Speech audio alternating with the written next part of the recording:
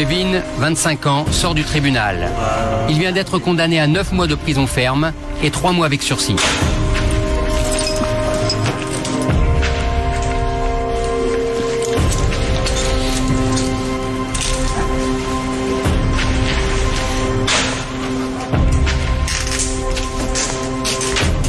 Célibataire?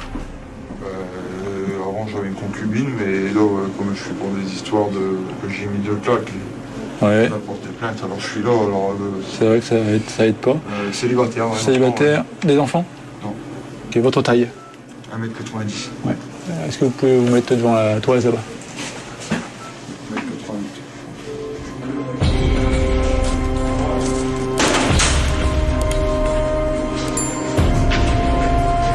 Laissez-vous faire. Voilà, impeccable.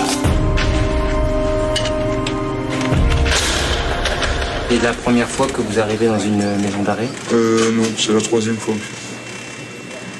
En 3 ans. J'ai au moins une fois par an passé 9 mois ici. Je suis multi-récidiviste de la violence, alors...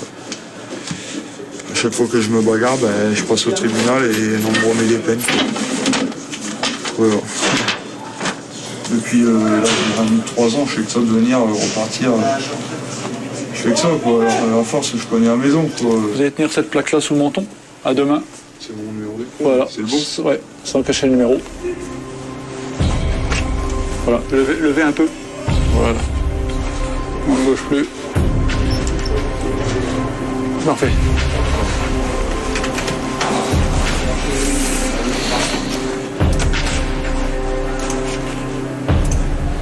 La première fois, c'était 32 537. Ah, vous vous en souvenez? Ouais. Quand on fait une connerie, il faut l'assumer. J'ai tapé sur ma femme. Je ferai ma peine sur un pied, je m'en sortirai, c'est tout. C'est comme ça, j'assume ma connerie. Je vais pas taper sur ma femme. Eh ouais. Ça arrive, hein. J'ai mis que 2 claques. Elle est tombée à terre, elle a fait une crise d'épilepsie à cause de ça. La police elle est arrivée, claque, on m'a mis les menottes, on m'a embarqué, regardez-moi, me voilà 2 jours après.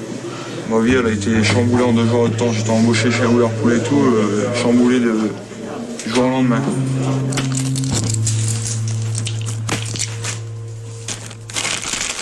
On est d'accord là-dessus sur la somme? Bon, messieurs, au revoir.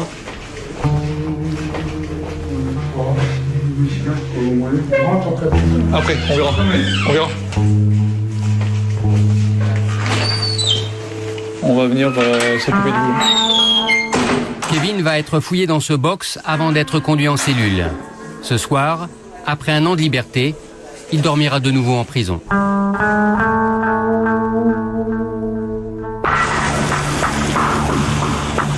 Nous sommes à la maison d'arrêt d'Amiens, en Picardie. Chaque année, 1200 hommes et femmes sont écroués dans l'établissement. Les 2 tiers sont condamnés. Le dernier tiers est incarcéré en attente de jugement.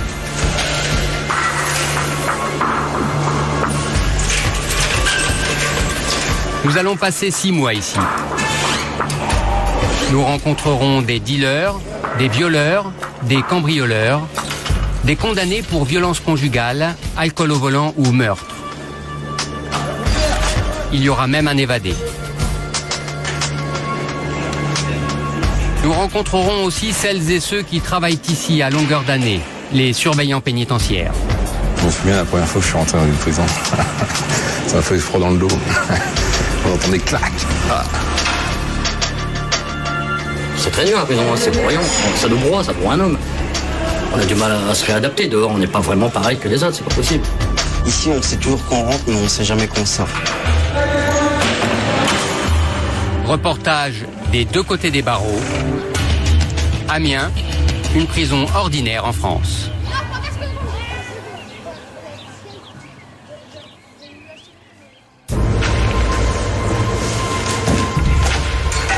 Jeudi 4 janvier, premier jour de tournage, nous avons rendez-vous avec la direction de l'établissement. Une fois n'est pas coutume, ici depuis 5 ans, le directeur est une femme. Isabelle Liban est une ancienne surveillante. Monsieur, bonjour. Elle a gravi tous les échelons. Ça va, vous allez bien? Bien vous. Ça va, tous mes voeux. Hein, sortez d'abord et puis que le reste suive. Hein. Voilà. Ça va? Isabelle Liban a accepté la présence de notre caméra pour faire connaître ce métier auquel elle croit. Elle veut que la prison soit une parenthèse utile dans la vie d'un homme. Oui, ben c'est bien. Un jour ou l'autre, de toute façon, ces individus vont ressortir, vont être réinjectés dans la société civile. Donc, ils ne seront écartés que temporairement, plus ou moins longuement, mais temporairement de la société civile. Et donc, notre rôle, c'est effectivement de mettre à exécution les mesures judiciaires, les mesures pénales, mais également de faire en sorte que leur sortie soit la plus adaptée possible. Et ça, c'est un sacré challenge. C'est notre challenge au quotidien. Merci. La directrice nous invite à franchir la porte de détention pour entrer dans la zone sécurisée où sont actuellement détenus 500 prisonniers. C'est Bouquet. Ça va? Alors, oui. c'est quoi cet endroit? Alors, vous arrivez ici vraiment dans le cœur de la détention, qui est la rotonde, et qui donne sur deux grands bâtiments essentiellement, le bâtiment B et le bâtiment C, qui accueillent la population pénale homme majeure. Par ailleurs, vous avez un quartier femmes et un quartier mineur de ce côté. Au-dessus de nous, une rotonde de 4 étages, soit 15 mètres de hauteur, équipée de 2 filets de sécurité pour éviter les accidents, les règlements de compte ou les suicides.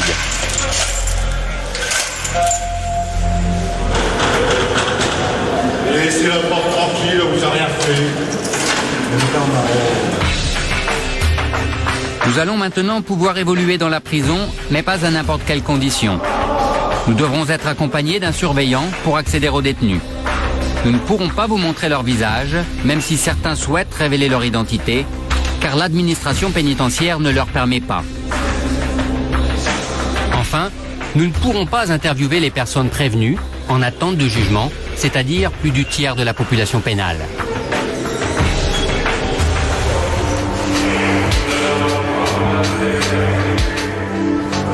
Cellule arrivant numéro 20. Nous retrouvons Kevin, le jeune homme qui a frappé sa compagne et dont nous avons filmé l'arrivée. 3 jours plus tard, il n'a pas quitté sa cellule. C'est son 4e passage en prison et la saleté des lieux l'indispose toujours. Regardez, voilà l'hygiène en prison. C'est ça. Vous donnez la poubelle le matin pour qu'on le vide. Elle n'est pas nettoyée, quoi. Elle est vidée mais pas nettoyée, quoi. Toutes sortes de microbes là-dedans, ça pue. Quand il fait chaud l'été, alors je vous raconte pas comment ça sent vraiment mauvais, quoi. Ce matin, Kevin fait parler de lui dans le journal. Il aurait tenté de s'évader du commissariat le jour de son arrestation. Ils m'ont monté dans un bureau à part de la police. Ils m'ont mis dans le bureau. Ils ont commencé à me secouer, à me pousser, quoi. Et là, voilà, quoi. Il y avait une machette posée sur le bureau, comme par hasard. Qu'est-ce que vous appelez une machette? Une serpe à couper des betteraves avec un manche. Dans le temps, on s'en servait pour couper des betteraves. Et j'ai pris cet objet et malheureusement, j'ai dit à un policier, laissez-moi sortir, et j'ai levé la machette juste vers eux et ils disent que j'ai voulu les couper, que... À cause de ce geste, Kevin sait que sa peine pourrait être alourdie. Il se prépare à passer de longs mois en prison et doit s'organiser au plus vite. Une des 7 assistantes sociales de l'établissement va l'aider dans ses démarches avec l'extérieur. Pour commencer, Kevin voudrait suspendre son abonnement téléphonique et son assurance auto le temps de son incarcération.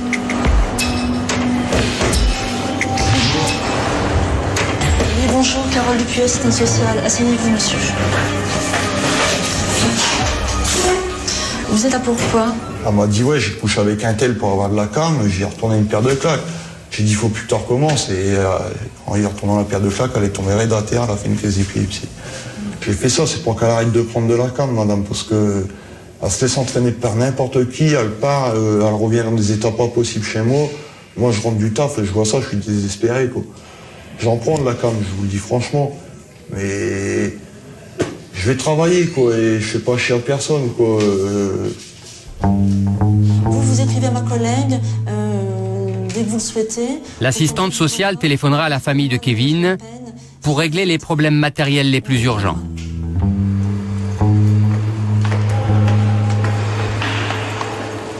Le surveillant Arnaud Van Holland le conduit à la cellule 109, dans ces 9 mètres carrés où il devra vivre pendant les 9 prochains mois. Voilà, là en cellule définitive. J'ai des co-détenus, chef? Oui, il y a un co-détenu avec vous. D'accord. Donc j'ai le l'idiot alors. Ou du bas, si vous voulez le mettre en bas, vous le mettez en bas. D'accord. Ok. D'accord, chef. Kevin a fenêtre sur cour de promenade. La cour, un lieu d'échange entre les détenus.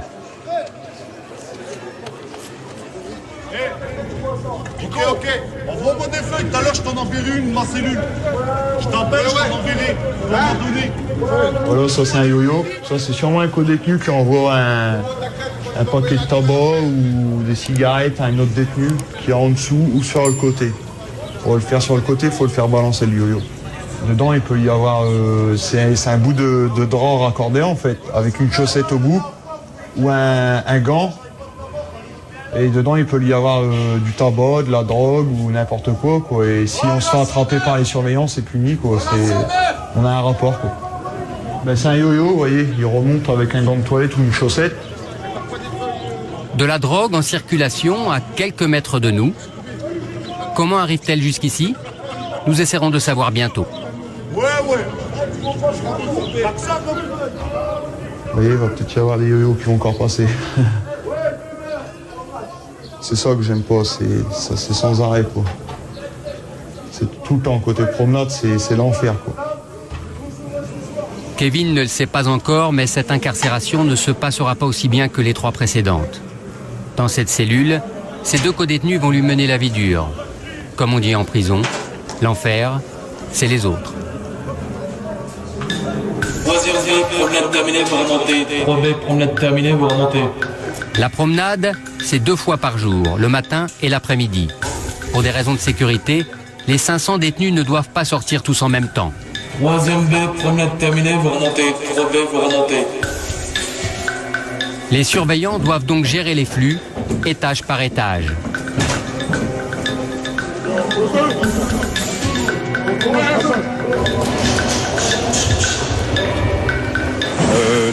Comme tous les jours, à des horaires différents, ils ont 1h15 de promenade l'après-midi, 1h15 le matin. Donc là, c'est leur départ promenade, c'est leur tour de promenade. Allez, premier, envoyez les promenades. Les surveillants procèdent à une fouille rapide.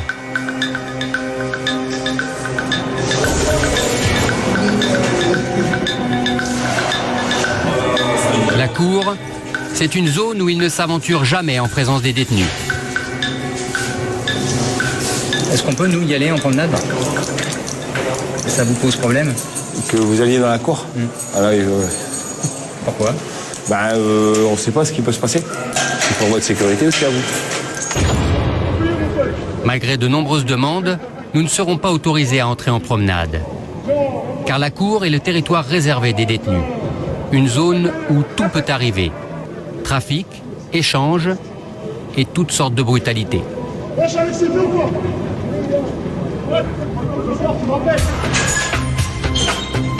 En revanche, on nous invitera à constater la vingtaine d'activités proposées au sous-sol. Ok, allez, bonne journée. Pour les tests et puis la musculation. La formation MHL, attendez encore. Ici, c'est le carrefour des activités culturelles et physiques. Cours de français, leçons de dessin, de musique, réflexion biblique, Et du Fils et du Saint-Esprit. Amen. haltérophilie, atelier vidéo. Tu m'as l'air un peu blanc quand même là. Et toutes sortes d'activités sportives. À quoi vous pensez en courant actuellement? À rien, j'évacue ma tête. Je pense à moi et mon sport, je pense pas à ce qui va se passer après, c'est-à-dire le retour en cellule. Voilà, retourner en détention. Souffle bien. Le prof de sport est un surveillant. Les détenus l'appellent Action Man.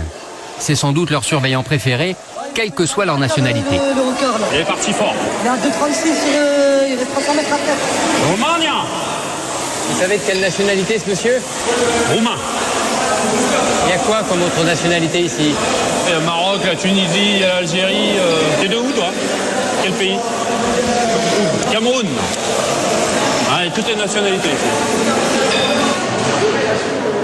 Aujourd'hui, Madame la directrice est venue assister à une compétition de sport. Je sais que vous l'attendez, mais... C'est pour elle l'occasion de motiver les détenus à postuler pour trouver du travail. You have to learn speaking French, okay, and you have to find a job, even in the atelier, okay?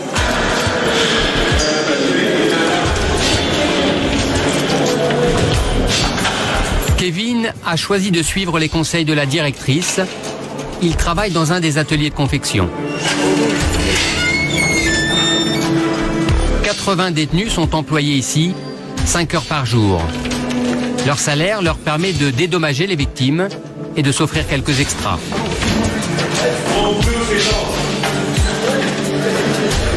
Alors là, nous sommes actuellement à l'atelier du deuxième étage où il y a actuellement entre 26-27 détenus présents qui s'occupent de faire de l'assemblage de sacs qui sont destinés à de grandes marques de cosmétiques. Voilà, donc l'assemblage où l'on met les petites cordelettes pour maintenir le sac. À l'étage du dessous, Kevin, lui, imprime le nom d'une marque vendue en grande surface. Un travail payé à la pièce. On est payé 8 € la caisse, quoi, 2000. 8 € là? La caisse de 1000 pièces. Et il vous faut combien de temps pour faire la caisse? Une semaine pratiquement. Donc globalement, vous mettrez une semaine pour toucher vos 8 €. Ouais, voilà. Franchement, c'est de l'esclavage, quoi. Nous avons l'autorisation de filmer ici. Et pourtant, quelques minutes plus tard, le contremaître nous demande d'arrêter le tournage. Ce contremaître est l'intermédiaire entre les marques et la prison. J'ai le droit de le faire. D'accord. Moi, je vais dire à mon patron qui a fait M6, ça va être fait. Moi, je vais lui dire, il va être formel. Il va vous faire avoir les ennuis en plus. Ils ne veulent pas que ça soit filmé. Pour pas qu'on dénonce combien on est payé et tout, tellement qu'on est payé la misère, mon gars. Parce que tu vois, un truc comme ça dehors, ils le vendent au moins 3 €. Tu t'imagines? C'est de l'exploitation, c'est de l'esclavage, hein, mon gars. En fait, ce ne sont pas les tarifs qui posent problème au contremaître, mais les marques. Les marques ne savent pas que leurs produits sont fabriqués ici, à faible coût. Si elles l'apprennent, elles pourraient lui retirer le marché et du coup mettre 80 détenus au chômage. Des détenus souvent pauvres et qui comptent sur ces 100 à 200 € mensuels. À Amiens, c'est ce qu'il leur reste, une fois les victimes indemnisées. Certains détenus refusent toute activité ou travail.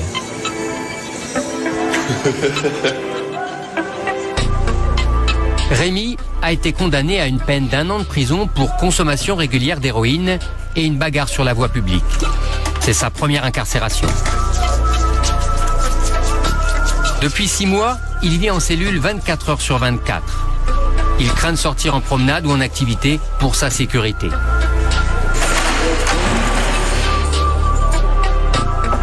Nous le rencontrons pour la première fois sous le regard d'un surveillant.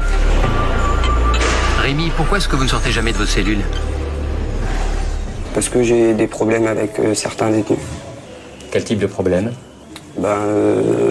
Quel type de problème? C'est parce que il y a un détenu qui croit que je l'ai balancé, donc voilà quoi. En cas de bagarre, les surveillants ne pourraient pas assurer sa sécurité, même si l'administration connaît les menaces qui pèsent sur le jeune homme. Rémi passe donc ses journées en tête-à-tête avec David, son codétenu. Vous supportez, si on peut dire, entre 22 et 24 heures par jour. C'est presque une vie de couple, ça. Ah bah ouais, presque. À part sur certains points quand même. C'est colocataire rapproché. Ouais, voilà, colocataire. Colocataire. 11h30, c'est la distribution du repas. Beaucoup de détenus s'attendent en arrivant ici à déjeuner dans un réfectoire.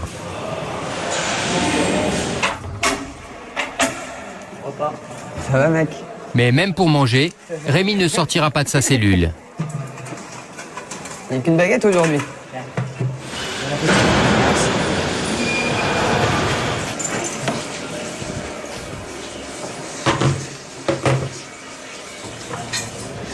Tu laisses ouvert, tu laisses sortir le pen. Laisse le pen sortir, ouais, c'est bon. Par mégarde, un surveillant a failli enfermer son collègue. Le fait d'entendre le verrou se fermer derrière moi, c'est quelque chose qui ne me convient pas du tout. Ça nous arrive jamais et même quand on fait une fouille de cellule, on laisse le pen sorti de façon à ce qu'on ne soit pas enfermé. Machinalement, les surveillants passent et quand il y a une porte ouverte, ils la ferment. Avec le pen sorti, ils savent qu'il y a un surveillant qui est dedans. Donc là, c'est la première fois que vous vous étiez fait enfermer. Voilà, tout à fait, oui. Pour être avec nous. Pour être avec vous, oui, mais malgré tout, ça fait bizarre. Ça va, la gamelle d'aujourd'hui, elle est relativement bonne.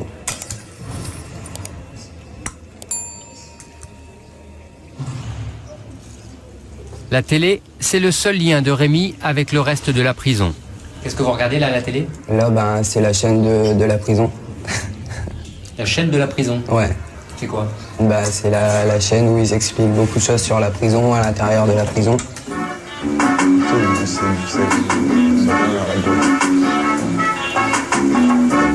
Ils doivent en être fiers de ça, je pense, parce que ça arrête pas de passer. Il n'y a que ça qui passe.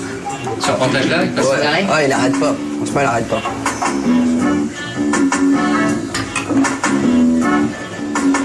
Même quand la gamelle est bonne, les détenus complètent souvent leur repas par des produits achetés sur ces bons de commande. Et pour cuisiner, pas de plaque électrique, c'est système D. Ce système s'appelle la chauffe. En fait, c'est une boîte de thon avec un tube de tomates concentrées. Et on a mis de l'huile à l'intérieur de la boîte de thon. Et après, on allume, on remonte un petit peu la mèche. Et après, on allume la mèche. On met les boîtes de soda autour. Et ensuite, on met une casserole pour faire chauffer ce qu'on a à faire chauffer, quoi. Un système interdit par le règlement, mais toléré par les surveillants. On sait très bien que si on passe à la fouille aujourd'hui et que on retire la chauffe, s'ils ont besoin de faire chauffer quelque chose ce soir, ils vont se refabriquer une chauffe et forcément ils auront moyen de... Enfin, si vous voulez, on peut enlever une chauffe quasiment tous les jours, quoi. Ce serait sans fin. Donc ce serait sans fin, oui. La chauffe permet aussi de laver son linge, car dans cette prison vieille d'un siècle, il n'y a pas d'eau chaude en cellule. Rémi est à la moitié de sa peine. Il ne supporte plus ces conditions spartiates d'incarcération.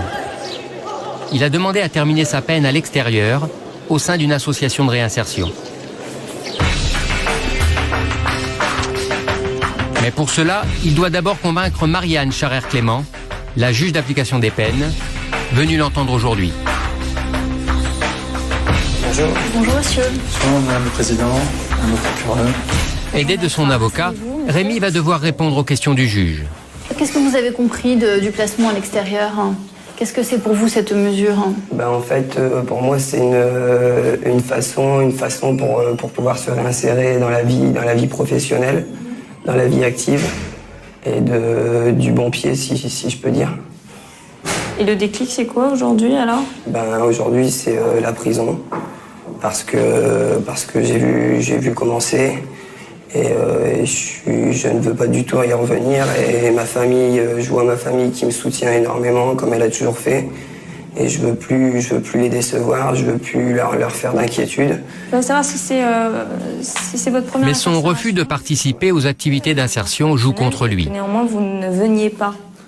Le procureur le lui rappelle. Il n'y a pas de travail, il n'y a pas de formation, du coup il n'y a pas de versement en tout cas justifié aujourd'hui s'agissant des sommes qui sont actuellement dues. On me dit que vous n'avez pas souhaité travailler ni suivre une formation car vous ne vouliez pas être affecté au quartier B de crainte d'être en contact avec d'autres détenus qui vous auraient menacé. Moi au début où je suis arrivé en prison, je suis sorti quelques jours et il y a plusieurs personnes qui se sont mis autour de moi et qui ont voulu me taper. Donc c'est pour ça que je suis plus sorti en promenade. Je suis pratiquement jamais sorti en promenade. Et donc il vient sous ma fenêtre pour me dire qu'il va me taper, tout ça. Donc j'avais fait une demande pour travailler, mais je préfère pas pour me retrouver dans des bagarres ou... Vous recevrez la décision ici en maison d'arrêt et votre avocat, évidemment, sera informé. D'accord. Voilà. Vous pouvez disposer. Bon, merci. Bonne journée, au revoir. Bonne journée. La juge lui accordera-t-elle ce régime de confiance? Rémi le saura dans 2 semaines. Certains n'ont pas la patience d'attendre leur libération.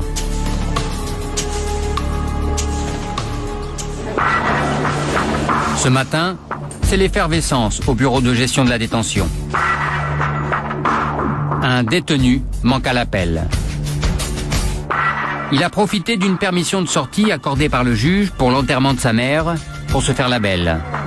Il est considéré comme évadé.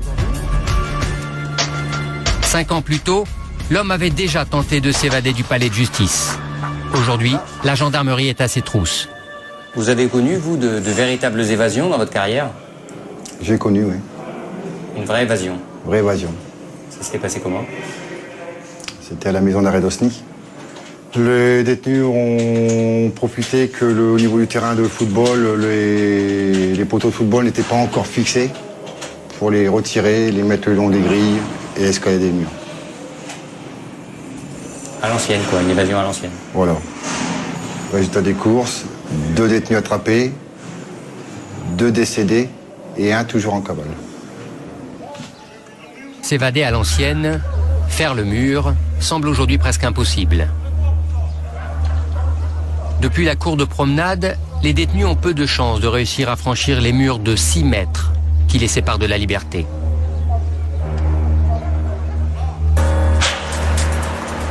Le surveillant Thierry Marlière connaît le dispositif de sécurité par cœur.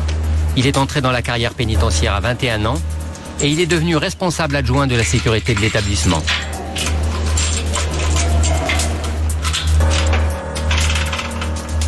Alors de ce côté-là, c'est l'avenue de la défense passive, donc là c'est l'extérieur. Et là ici à l'intérieur, on a la cour de promenade en fait du quartier majeur. Pour s'évader, il faudrait franchir cette double enceinte de béton. Entre les 2 murs, un chemin de ronde truffé de 27 caméras, de capteurs, de barbelés et peut-être d'autres éléments confidentiels dont on n'a pas voulu nous parler.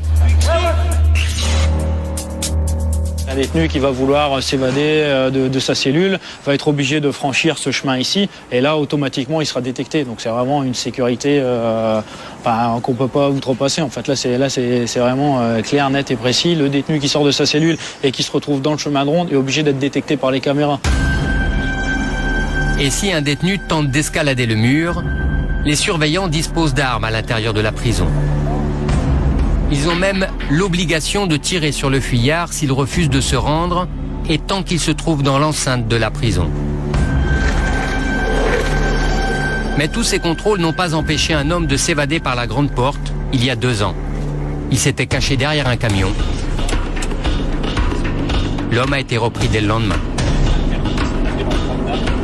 Plusieurs fois par an, les surveillants effectuent donc des stages de tir sous le contrôle d'un surveillant formateur. Ils ont accepté de nous montrer les armes de la maison d'arrêt.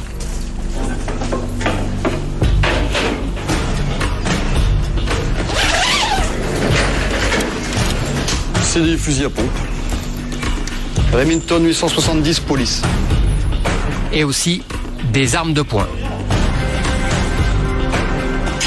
Premier exercice pour Thierry Marlière. Tir statique sur une cible à 15 mètres.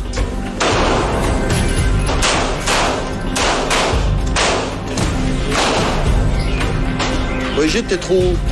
Ça rentre pas, là, hein? Brigitte Barbieux, 20 ans de métier, est une des 20 surveillantes de la maison d'arrêt. Ok, on va aller voir un peu vos résultats. Les 10 sont dedans. Ah, j'ai les 10? Ouais. 6, 8, 10. 10 dans la cible? Ouais, bah les 10 là. Thierry Marlière est comme souvent le meilleur tireur. 4, 5, 6, 7, 8, 9, 10. Voilà. Vous avez tiré où, Brigitte? 1, 2, 3, 4 et 5. Alors? Bah c'est satisfaisant. C'est bien. Il est immobilisé, il bougera plus Ils celui-là. sont bien blessés, il est bien blessé. Plus près de la réalité d'une évasion, les surveillants doivent savoir tirer en se déplaçant. Quand je vous dirai la cible 2, on fait les sommations. C'est halte, touche, tire. Et là, on pompe, boum. D'accord? 8 cartouches, une arme, non prête. T'es gradé, t'as une équipe à prendre en charge, ou même toi, tu dois partir avec une arme, voilà. Je vérifie s'il n'y a rien à l'intérieur de l'arme. C'est bon, on est prêt? Allez, on y va, go, c'est parti. La 3. Halte, touche tir. Allez, la 4.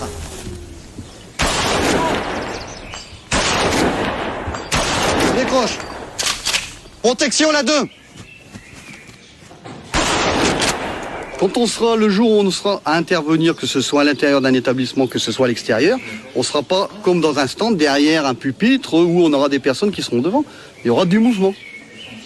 Donc ce qu'il faut, c'est se rapprocher de la réalité. De rapprocher plus le personnel sur la réalité pour qu'ils aient des automatismes. Protection, la 3. La 2. La 1. Retire. Brigitte est visiblement un peu impressionnée par le fusil. Voilà, la pompe est bloquée, tu fais quoi pour débloquer? Je te mets une claque. Tu sais pas s'il y a une cartouche dedans, mais que tu fais ça.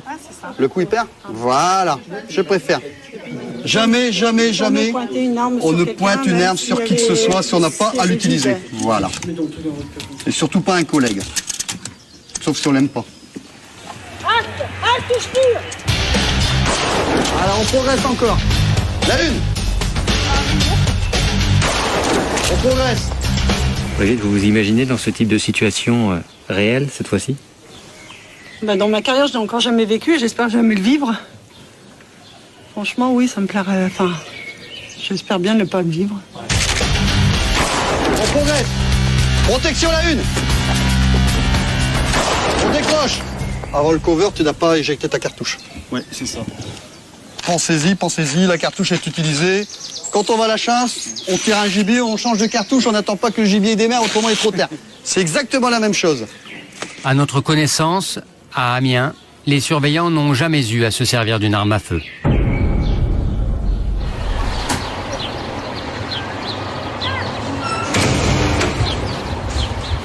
Retour derrière les barreaux avec Rémi, le jeune homme qui ne quitte jamais sa cellule.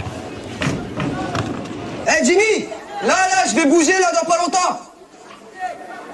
Je pense à toi dehors. Fais gaffe à toi, mec.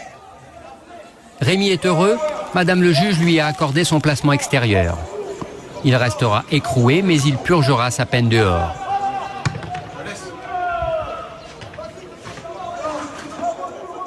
Vous avez demandé un nouveau co-détenu? Non, j'ai pas demandé, non. Mais bon, ils vont le mettre automatiquement. Hein. Pas besoin de le demander. J'espère que ça va être un bon. Ouais, j'espère que ça va être un bon, ouais. C'est quoi un bon co-détenu? Bah, un propre déjà. Propre, qui dort pas toute la journée. Qu'on s'entende bien, quoi. Que de la conversation et puis voilà. qu'il soit normal, quoi. Qu'il soit normal, ouais.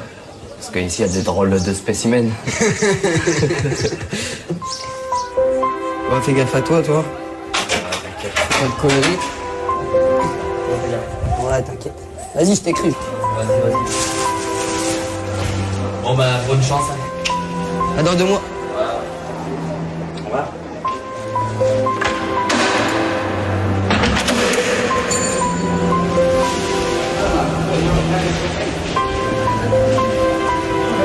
Au revoir, surveillant.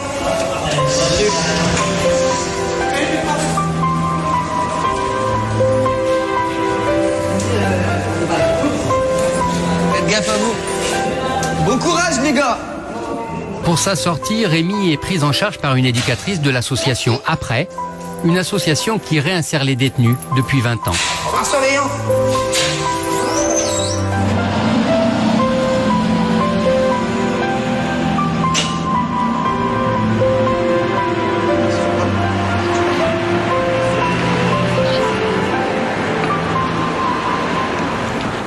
Qu'est-ce que vous avez donné là en traversant la ville?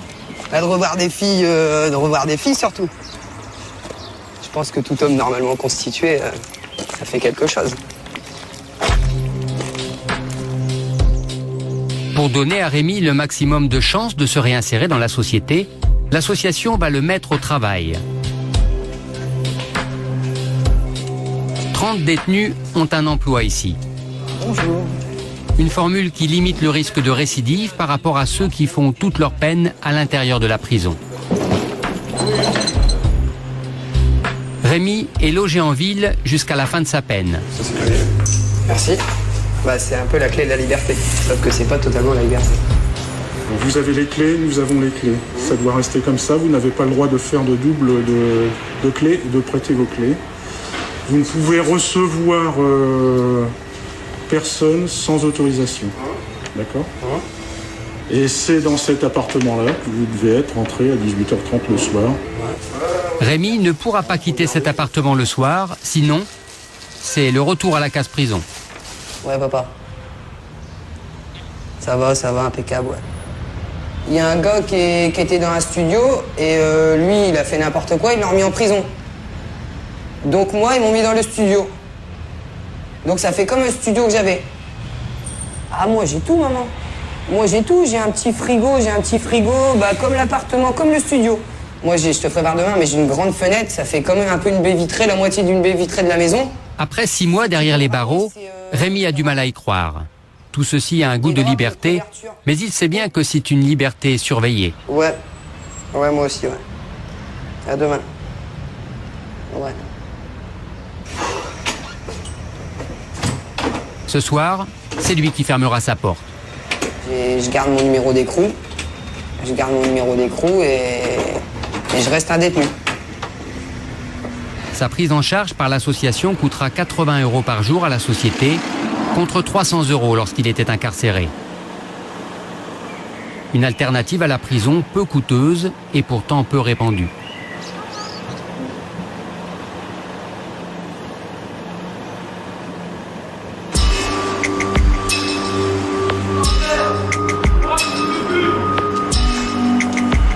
140 surveillants travaillent à la maison d'arrêt d'Amiens. Des surveillants souvent entrés dans l'administration pénitentiaire par hasard, jamais par vocation. Ce qui n'empêche pas certains, comme Thierry Marlière, d'être heureux dans ce métier.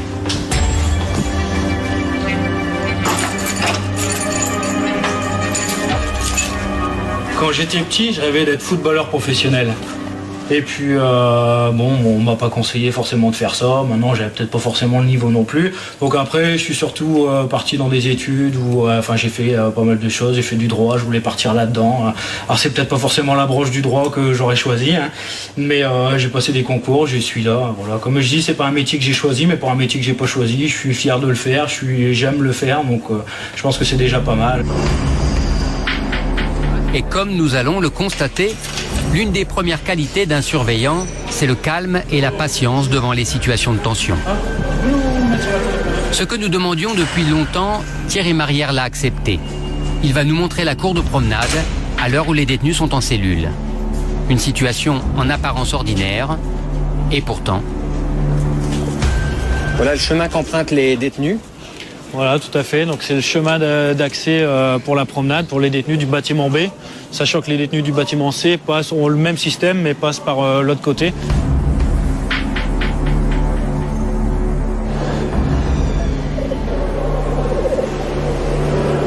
On a le filin anti-hélicoptère donc juste au-dessus. On a la caméra donc pour visionner l'ensemble de la cour de promenade en cas d'incident. Où est-elle ? Donc qui est située juste en face, sur le pylône en face là-bas. Une seule caméra qui surveille. Une caméra qui surveille la cour de promenade. Donc la personne qui surveille les promenades en fait est au niveau du troisième étage là-haut.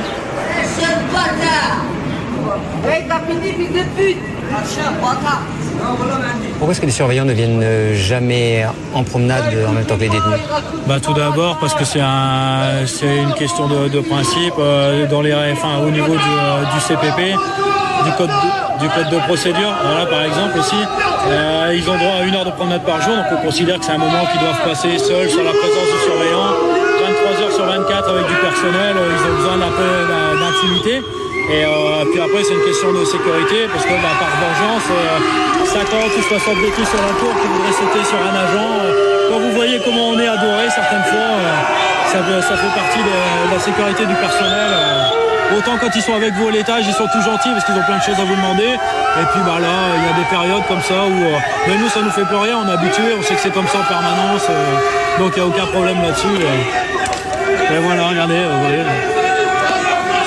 Là, en fait, tout ce qui peut traîner dans la cellule, hein, yaourt, une pomme, une bouteille d'eau, de l'eau de javel, une balayette.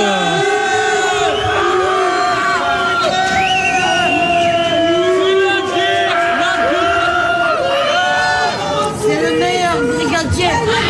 Merci.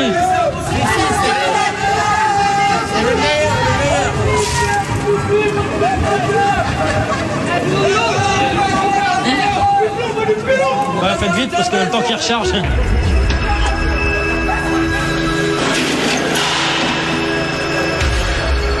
La violence des détenus est parfois extrême. Tout le monde se rappelle ici l'histoire de ce surveillant qui a reçu un colis piégé à son domicile. Sa fille est morte en ouvrant le paquet. Son fils, lui aussi surveillant à Amiens, nous a confié que les auteurs de l'attentat étaient sans doute d'anciens détenus. On comprend mieux pourquoi certains surveillants ne souhaitent pas apparaître. Allez, allez.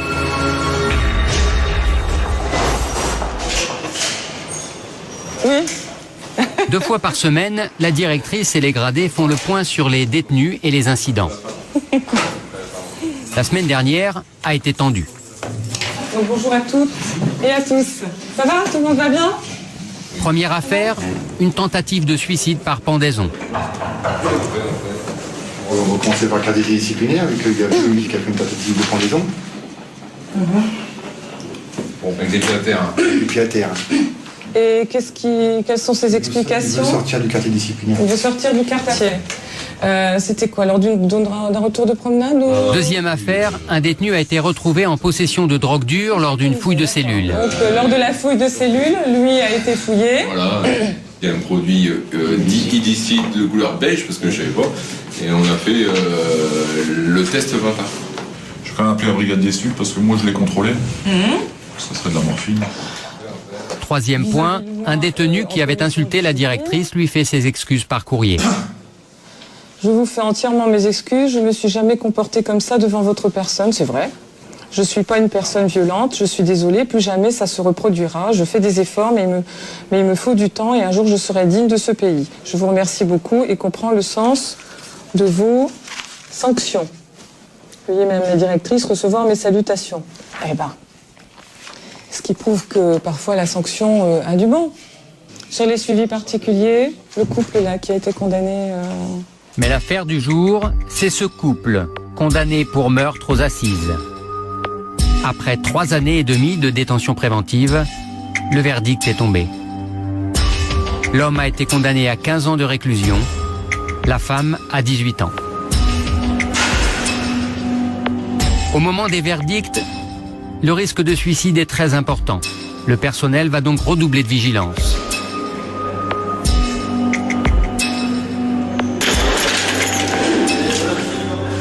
Régulièrement, les surveillants viennent s'assurer de la santé psychologique du meurtrier. Maintenant, vous avez digéré un peu ce qui s'était passé, vous avez pris sur vous et puis que... Maintenant, il faut relativiser tout, quoi. Hein. Dans votre tête, c'est beaucoup plus clair qu'avant, quoi. Après la prison, bah, il y a encore quelque chose. Hein. Il y a un avenir qui s'ouvre devant vous après la prison, quand vous aurez payé votre dette à la société.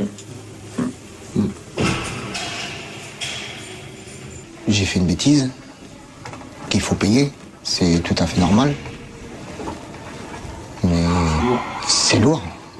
C'est lourd parce qu'il y a quand même une personne de décédée, ça j'y pense. J'y pense tous les jours. Ça reste gravé, quoi. Qu'est-ce qui reste gravé? Bah qu'il y a eu une vie d'enlevée, quoi. Vous n'étiez pas seul au moment des faits? Non, j'étais qu'une amie. Et puis ça a mal tourné, quoi. Donc voilà. Puis quand vous montez dans le box des accusés, vous avez tout le monde devant vous. Si vous sentez le stress, l'angoisse, j'ai demandé pardon. J'ai demandé pardon. je m'en voudrais infiniment, je m'en voudrais. Il n'y aurait pas eu l'alcool, ça n'aurait jamais arrivé.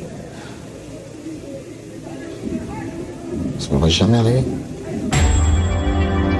À l'énoncé du verdict, sa sœur l'a supplié d'accepter sa peine et de tenir encore 11 ans derrière les barreaux. Bon, elle m'a sauté dans les bras, puis elle m'a dit qu'il ne fallait pas que je fasse de bêtises. Quelle bêtise? Suicide.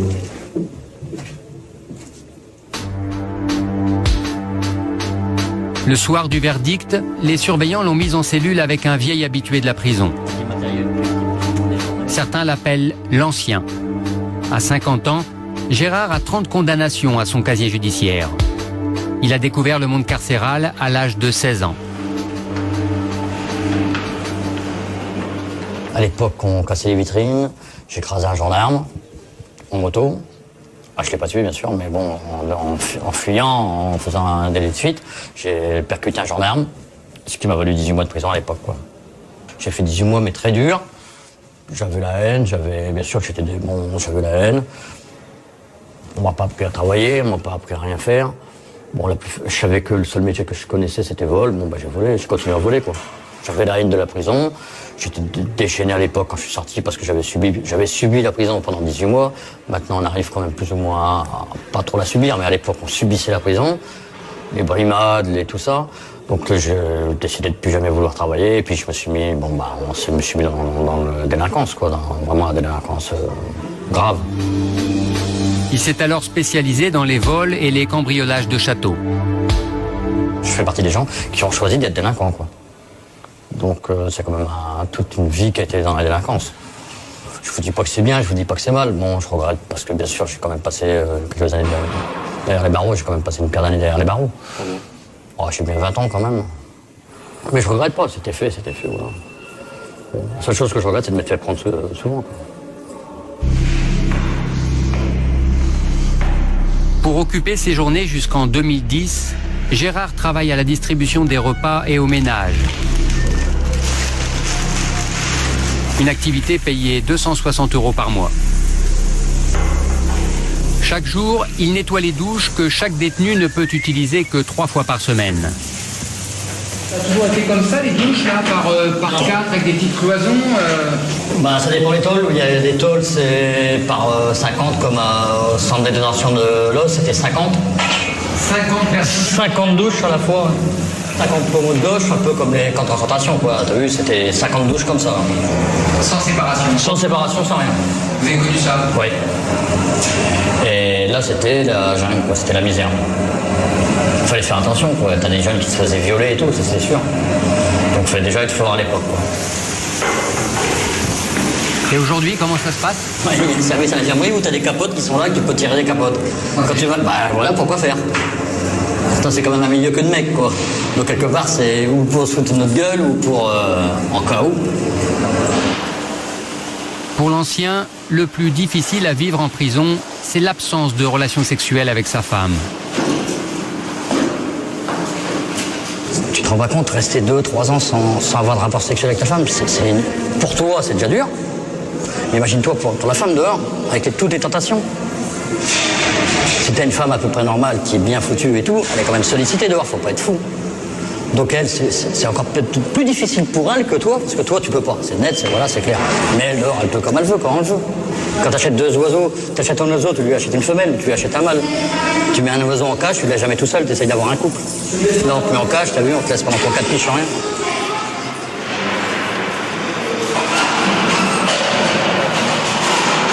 Aujourd'hui, l'ancien a pris le condamné pour meurtre sous son aile. Il va lui apprendre à être patient. À peine se sont-ils rencontrés qu'ils se sont découverts un point commun.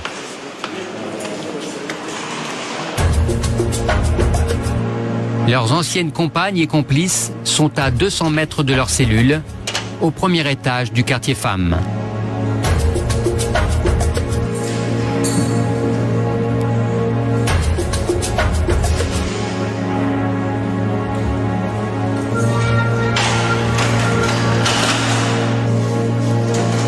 Cette femme blonde aux cheveux longs est la complice du meurtrier. Encore sous le choc du verdict, elle est sous traitement médical lourd et passe la majeure partie de la journée à dormir. On nous déconseillera de la rencontrer. La complice de l'ancien exécute sa première peine. Elle est libérable l'an prochain et supporte mal la fin de sa peine. Le repas, mesdames. Avec Brigitte, la surveillante principale, 9 femmes travaillent ici. Car les hommes ne sont pas autorisés à fouiller les détenues femmes.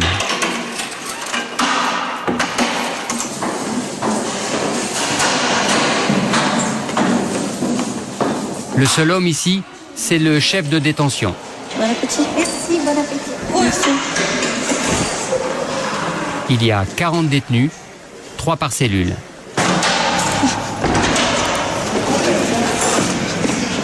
Cette femme affectée au service du repas s'appelle Christelle. Elle a été condamnée à 3 mois de prison pour importation de drogue dure. Mais sur appel du procureur, sa peine a été portée de 3 mois à 3 ans. Je suis arrivée en septembre 2004, j'avais 28 ans. Et maintenant j'ai 31 ans, ça va faire 2 ans et demi que je suis ici. Au départ, la situation était difficile pour Christelle car ses parents refusaient de la voir. Au départ, il y a eu de la colère. J'ai ma mère qui préférait pas entendre parler de moi. C'est mon père qui a tout fait pour venir me voir au parloir. Ils se sont rendus compte que j'avais besoin de soutien, parce que c'est vrai que j'ai craqué. Déjà 2 mois, c'était dur pour moi, mais 3 ans, c'était inimaginable. Et moralement, j'avais besoin de soutien. J'ai même pensé à faire des bêtises ici. J'ai pensé au suicide. Donc après, j'ai eu un suivi psychologique.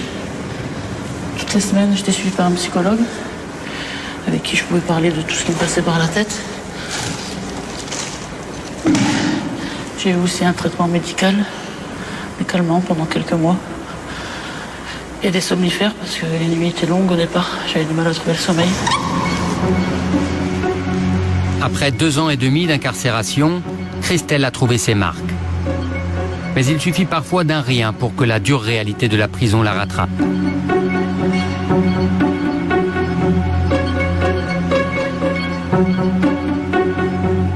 Récemment, ma voisine de cellule a voulu se suicider. J'ai entendu des cris, des pleurs.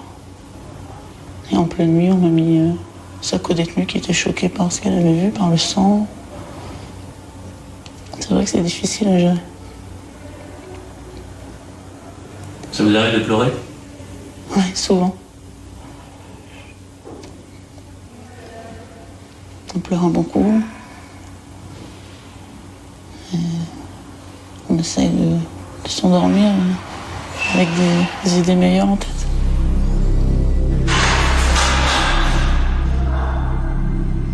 Le quartier femme est un univers plus feutré que le quartier homme.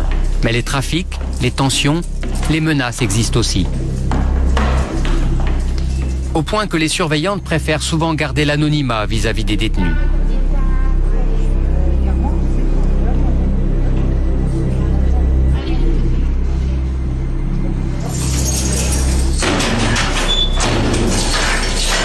Moi, je l'aime pas. Je n'aime pas qu'on sache mon nom de famille. Mon prénom, oui, elles le savent très bien, parce qu'il y a des fois, on s'appelle par les prénoms, mais pas mon nom de famille, non. Ah, c'est comme ça.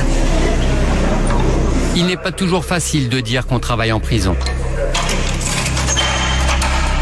Préparez vos affaires pour changer de cellule. C'est bon? Allez-y. Cette femme, dont le mari et le fils sont aussi surveillants, a choisi d'habiter loin de la maison d'arrêt. Elle n'aimerait pas qu'une détenue la reconnaisse dans la rue. Ça peut être dangereux. Ça peut être de l'agression verbale, de l'agression physique, des menaces pour la famille, éventuellement les enfants. C'est un milieu fermé. Et on ne peut pas ouvrir, nous, notre vie au milieu fermé. Je suis fière de ce que je fais et j'en ai pas honte dehors. Au contraire. Vous avez déjà été menacé, insulté? Insulté, oui. Menacé, oui. Donc on prend jamais ça à la légère.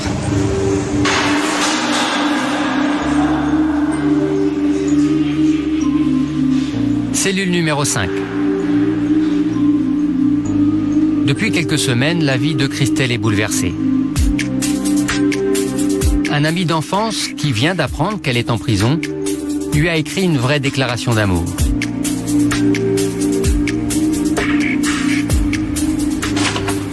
Salut bébé, je suis heureux de voir que tes lettres sont de plus en plus longues.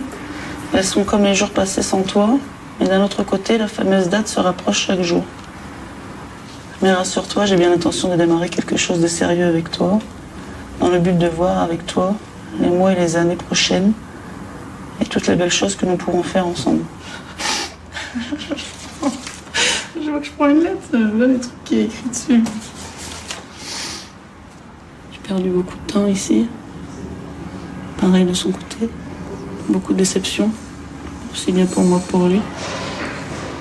Donc on voudrait maintenant vraiment faire quelque chose de solide. Même penser à avoir un enfant aussi. Pourquoi pas. Le jeune homme, que Brigitte, la surveillante, a surnommé Joli Cœur, a promis qu'il viendrait la voir au parloir. J'espère qu'il sera là. Je vais le prendre dans mes bras et fondre en larmes, ça c'est sûr.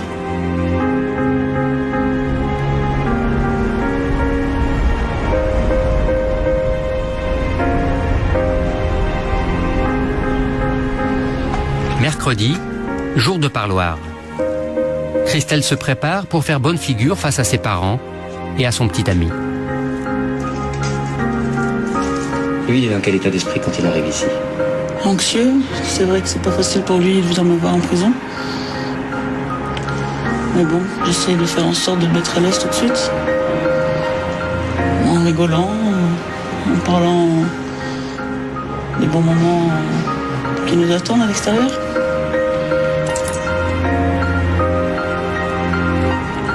Mais j'avais peur, au départ j'avais honte. Honte de ce que j'ai fait, et j'ai peur de sa réaction. Mais en fait, il me juge pas par rapport à ce que j'ai fait, il me connaît, il sait comment je suis. C'est un mauvais passage.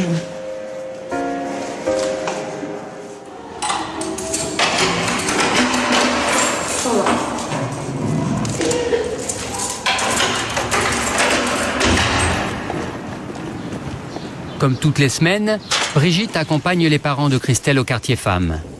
Joli Cœur est là, mais Christelle ne sait pas encore.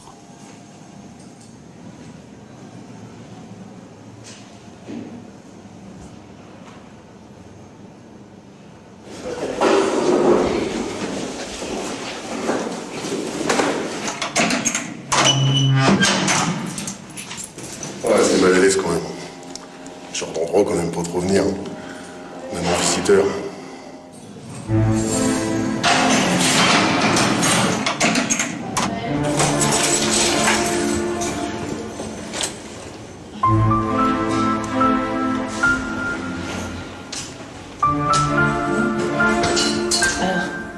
On a dû voir, ça va.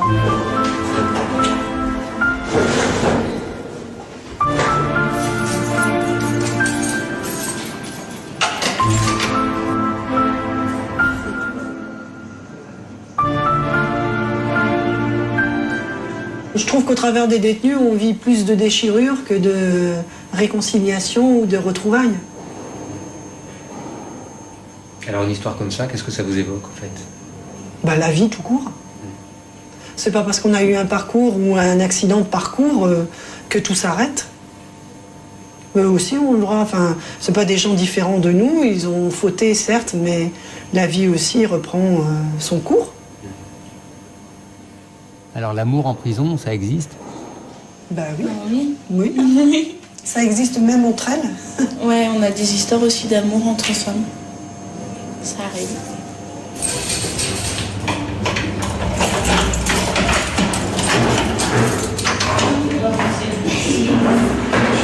En prison, le temps paraît toujours très long, sauf pendant les parloirs. D'un côté, ça me fait plaisir de les avoir vus, et d'un autre, je suis triste déjà de me séparer d'eux au bout de 45 minutes.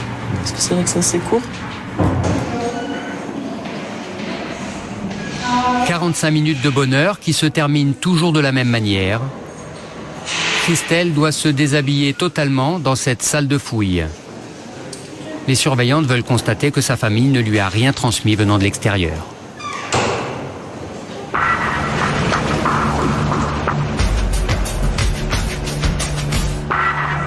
Au quartier des arrivants, le condamné qui s'était évadé lors d'une permission de sortie est de retour.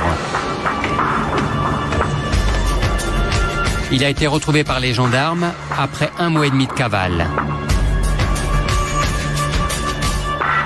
Ça s'est passé comment? J'étais chez un ami, on était en train de dormir. Les gendarmes ils ont frappé à la porte, tout de suite j'ai reconnu que c'était eux, j'ai voulu m'habiller. Comment est-ce que vous avez reconnu que c'était eux? Leur façon de frapper. Je me suis dit, yes, c'est reparti, quoi. C'est reparti pour un toit. J'ai voulu passer par les toits, quoi. Mais j'ai pas eu le temps, quoi. Ils sont rentrés et puis ils m'ont attrapé, voilà, tout simplement. Qu'est-ce qu'ils vous ont dit? La cavale est finie. Cette cavale, il l'a faite pour passer du temps auprès de ses 2 jeunes enfants. Si vous aviez une parole à dire à vos enfants, qu'est-ce que ce serait? C'est que je les aime de tout mon cœur. Qu'ils m'oublient pas, quoi, c'est tout ça. C'est tout. Je pense très fort à eux.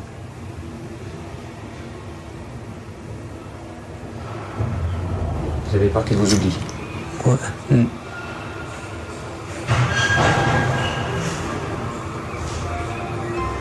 Excusez-moi. Il devra attendre encore longtemps avant de revoir ses enfants à l'extérieur. Sa cavale, il la paiera de 4 mois de prison supplémentaire. Il devrait sortir dans 2 ans.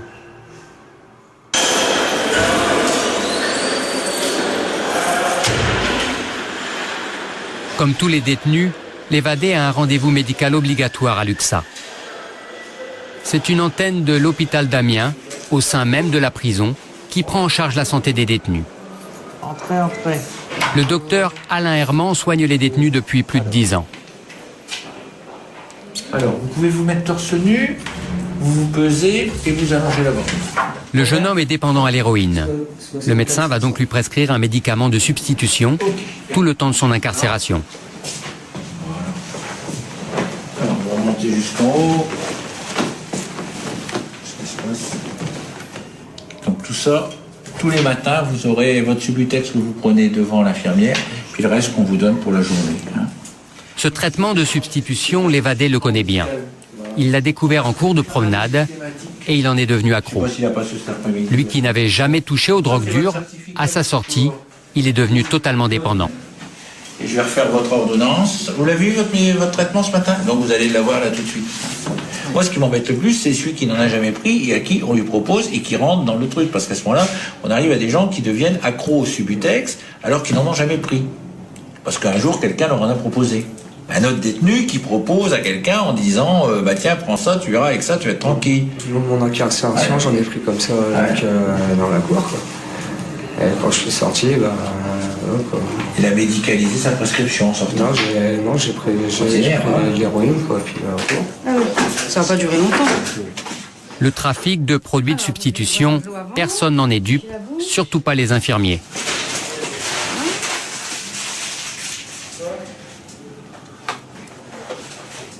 Ils vont essayer de le garder, c'est-à-dire mettre du scotch au palais, ou alors le mettre dans le creux d'une dent, c'est déjà arrivé aussi, ou ils vont le mettre dans leur manche, le dissimuler, pour le recracher ensuite en cellule, ou le donner à quelqu'un d'autre, l'échanger pour avoir des cigarettes, etc., ou alors le sniffer. Merci. Le détournement et l'échange des traitements, c'est le premier souci du service médical. Pour éviter les échanges, Régis Laniel, infirmier hospitalier, distribue les traitements chaque matin. Plus de 80 personnes sont sous traitement de substitution à l'héroïne ou à la cocaïne. Comment tu vas? 80 sur plus de 500 détenus. La plupart sont tombés pour des affaires liées à leur toxicomanie. Traitement du matin. Alors pour la journée, on attend un petit peu de ça. Régis doit s'assurer que les cachets sont avalés sur place, car les médicaments prennent beaucoup de valeur en prison. Un Subutex 8 mg en prison, ça équivaut à peu près à 2 paquets de tabac. Donc c'est une denrée qui se monnaie, ça s'échange sous forme de bons de cantine. Voilà. Dans sa mallette d'infirmier, il y a aussi beaucoup d'anxiolytiques et de somnifères que les détenus réclament souvent dans des doses de plus en plus fortes. Vous avez un somnifère dans votre traitement? À force, ça fait pas effet. Et vous avez jamais essayé de vous en passer? Si. Si vous dites que ça fait pas effet? Si, dehors, je me passe. Et ici, c'est pas possible? C'est pas possible. Presque tous les personnes incarcérées vont être demandeurs de somnifères. Quand on dort, c'est une forme d'évasion. Donc le temps il y a des gens qui passeraient leur temps à dormir pour diminuer leur peine. Fuir la réalité de la prison par le médicament, ici, on appelle ça être cachetonné. Un comprimé matin et soir, vous devez encore avoir des Valium là? Retour au service hospitalier, à la pharmacie précisément.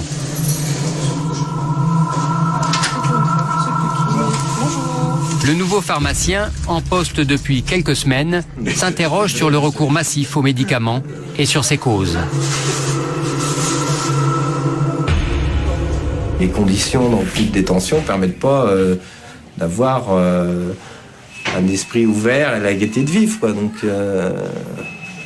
c'est normal que les gens soient, même s'ils n'étaient pas dépressifs, je pense qu'ils le deviennent, quoi.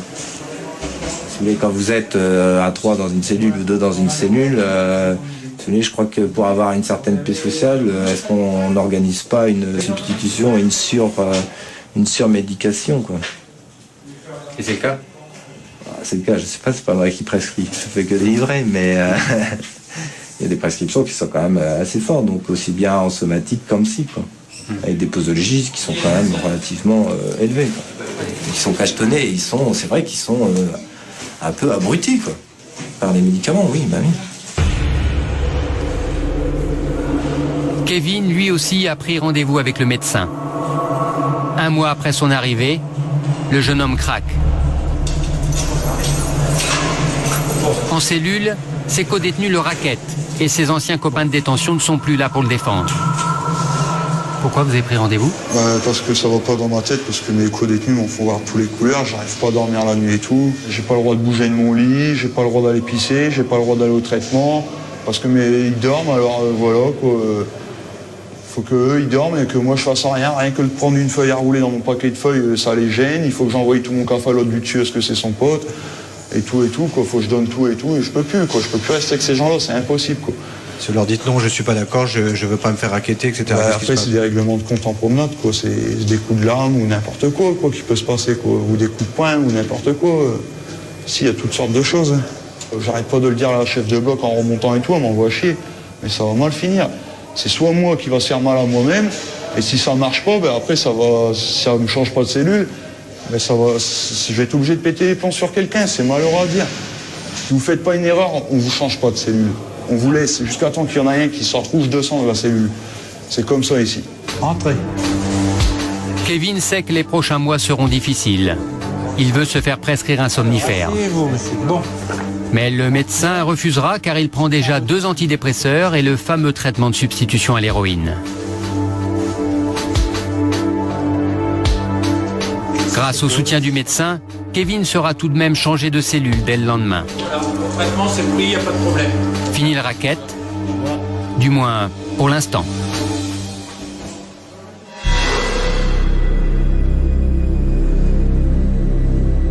Quelques jours plus tard, pour avoir refusé de donner des médicaments, le médecin a été menacé par un patient qui refusait de se sevrer en diminuant les doses.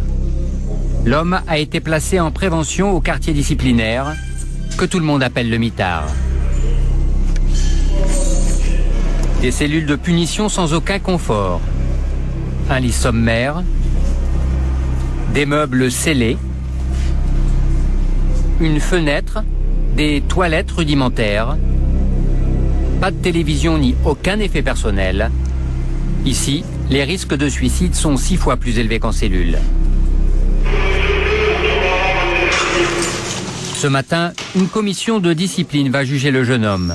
Même si la loi le lui permet, il n'a pas souhaité être défendu par un avocat pour répondre de ses actes devant la sous-directrice.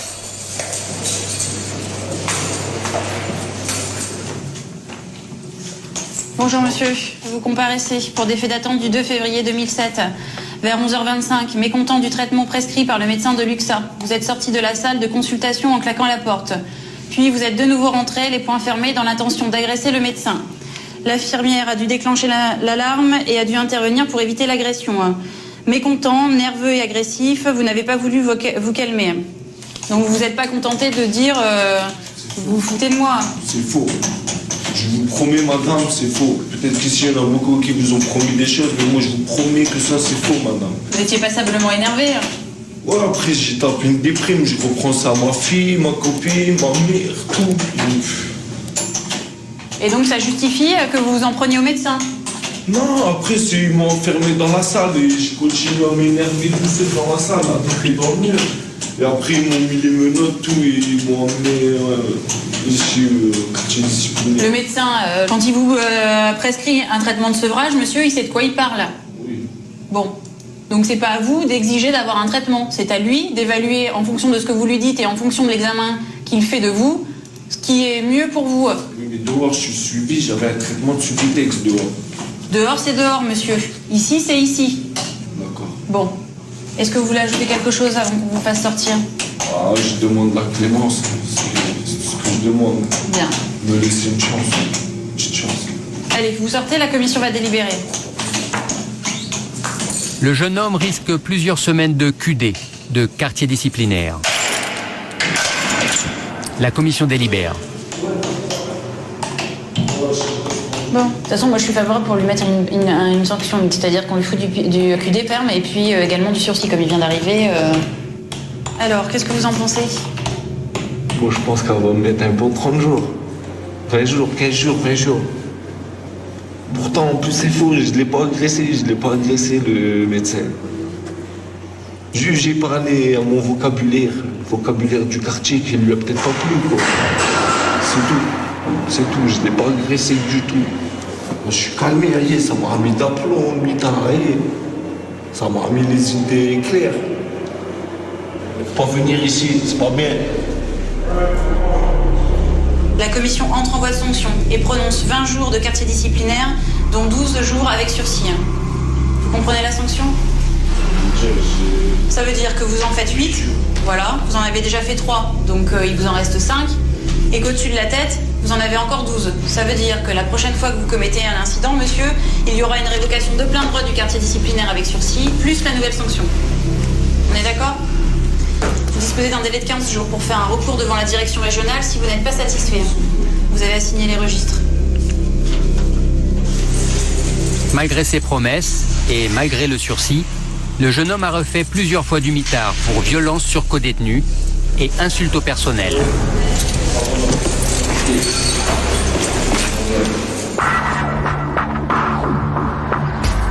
19h, Michael Bocquet prend son service de nuit. Ce soir, le chef, le bricard comme disent les détenus, c'est lui. Il sait que la nuit risque d'être agitée. Nous sommes début mai, il fait encore jour et ils sont 587 en cellule, pour une capacité théorique de 314 places. Michael Bocquet a sous ses ordres une dizaine d'autres surveillants, mais il est le seul à posséder les clés des cellules qu'il n'ouvrira qu'en cas d'extrême urgence. Le contrôle est visuel. Plusieurs fois dans la nuit, les surveillants feront le tour des cellules pour surveiller en particulier les 54 détenus signalés comme suicidaires. Je me souviens la première fois que je suis rentré dans une prison. Ça m'a fait froid dans le dos. On entendait clac. Ah, où est-ce qu'on est? Mais bon, après on s'habitue. Maintenant ça ne fait plus rien. Je viens au travail, quoi. Qu'est-ce que vous regardez là? Ah, je regarde s'il y en a certains que je vérifie plus que d'autres, quoi. Par exemple celui-ci.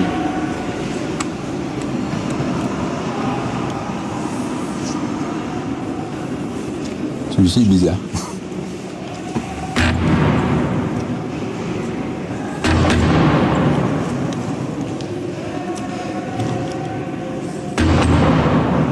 Ça va? Hein? Ah bon? Bah alors couchez-vous alors. Bonne nuit.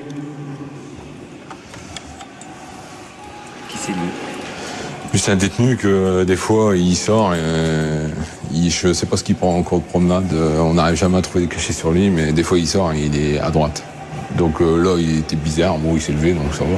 Bizarre c'est quoi? Bah il bougeait bizarrement sur son lit comme un mec un peu fou quoi.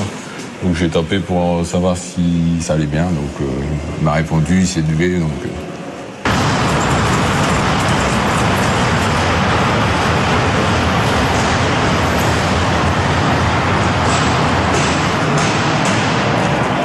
Des détenus tapent sur les portes. Michael Bocquet cherche à savoir pourquoi. C'est du foot? Non. Ou bien c'est une gonzesse qui passe. Ouais, le foot, à moins de 4. Eh, vous montez là? Allez faire taire. Bon, je vais aller voir à l'extérieur s'il y a quelque chose. Il y a des gonzesses qui savent pas quoi faire. Ils passent, les détenus leur disent fais voir tes seins et ils leur font voir. Alors bien sûr, ça les excite. Faut les comprendre aussi, mais bon, c'est interdit.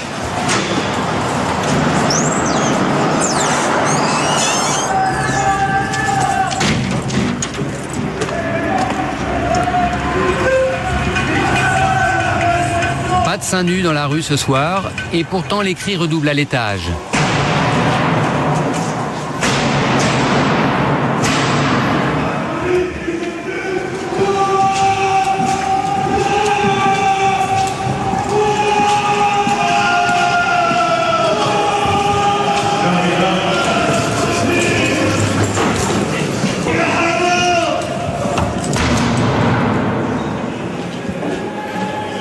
Hé, enlève-toi de la fenêtre. Toi là. Ouais. Parce que.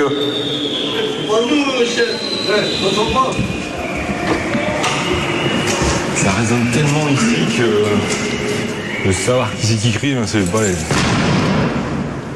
Sors de la fenêtre. Si je reviens, il y a un rapport. D'accord? Ce soir, les détenus étaient juste en train de tuer le temps, comme ils le pouvaient. Quartier femme, tout le monde est calme, sauf Christelle qui retrouvera la liberté demain matin, après bientôt 3 ans de prison. Ah, c'est le dernier moment, hein. Dernier moment. Hein. La journée, la nuit va être agitée. Hein. On verra bien, j'espère dormir quand même, ça ira plus vite. Vous voyez, vous allez dormir? À mon avis, vous allez faire que fumer toute la nuit. Je vais taquiner la surveillante de nuit. Vous croyez que vous allez taquiner ma collègue? Dans 13 heures exactement, vous serez dehors. Ouais, ça se pourrait bien. Je réalise pas. Je réaliserai quand j'aurai franchi la grande porte. Bah écoutez, à demain matin. À demain matin, vous ouais, pas de problème. Bonsoir.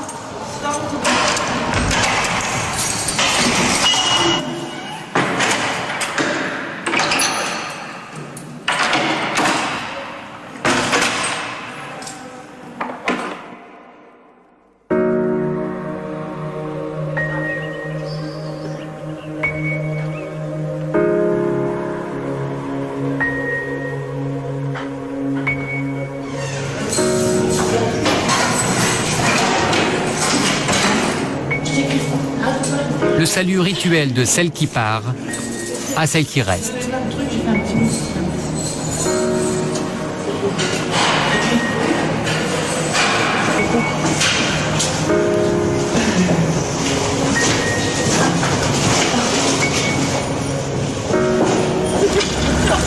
C'est le dernier avant de partir.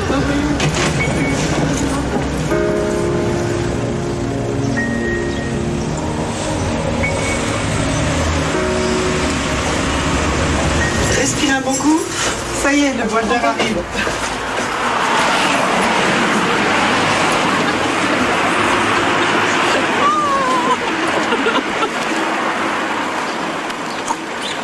Ah, il est joli.